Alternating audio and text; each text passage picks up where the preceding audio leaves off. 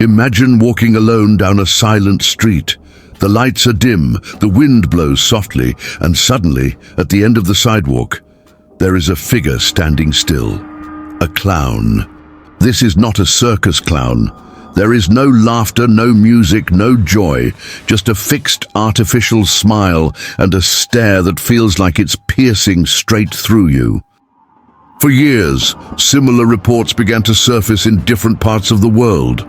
Ordinary people claim to have seen terrifying clowns standing on street corners, near forests, empty parks, schools, and even outside house windows. They didn't ask for anything. They didn't speak. They simply watched. Some said these clowns appeared at night, always alone, wearing dirty old clothes, as if they had stepped out of a forgotten nightmare. Others claimed they were holding balloons or objects that should never be in anyone's hands.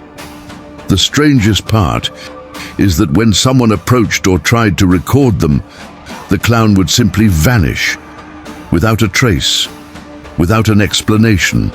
In some stories, witnesses swear the clowns made hand gestures, luring people toward isolated areas. In others, they remained completely still for long minutes, like living statues, waiting. But waiting for what? Some say it was nothing more than a sick prank, a kind of collective challenge. But then the question arises, why were there so many similar reports in places so far apart, with almost identical descriptions? Some people claim the clowns knocked on doors late at night. Others swear they appeared in second-story windows, even when there were no ladders or ways to reach them. How did they get there? No one knows. In certain accounts, the fear was so intense that people stopped going outside at night. Parents kept their children off the streets. The simple symbol of the clown, once associated with fun, came to represent something dark, something deeply wrong.